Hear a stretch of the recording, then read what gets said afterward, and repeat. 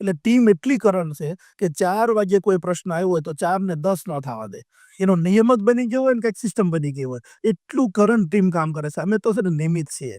એક વિચાર આવ્યો અને કામ શરૂ કરી દીધું અને પાછળથી ટીમે ઉપાડી લીધું ત્યારે એટલું સ્પીડમાં કામ થાય. નહીં તો આટલું બધું તમે વિચાર કરો, કલ્પના ન કરો કે અમે નવરાત્રીમાં વચ્ચે વાત લાંબી થાય છે પણ વચ્ચે નવરાત્રીમાં અમે રેકોર્ડ બ્રેક સગાઈ કરી એક મહિનામાં 34 સગાઈ પર ડે સોરી 32 સગાઈ એક મહિનામાં.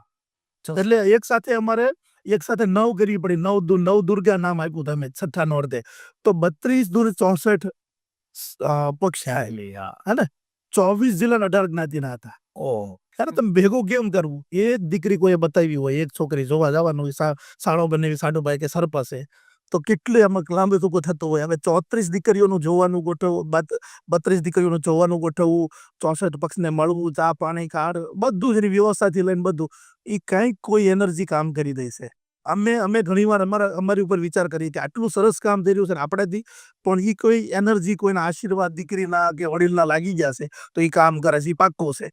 તમારી વાત પરથી એવું મને લાગ્યું કે જે 2 કેસ તમે કીધા છૂટાછેડા ને એ જેન્યુઇન રીઝનથી પર્સનલ રીઝન્સ હતા, પણ તમારી સંસ્થામાં કોઈ આવ્યું તો ત્યાં છૂટાછેડા થતા નથી, 100% સક્સેસ રેશિયો છે. તો એમાં અમારું જેટલું ચેકિંગ છે એમાં આપણે 100% આપી શકીએ કે અમે જે ચેક કરીને આપ્યું છે.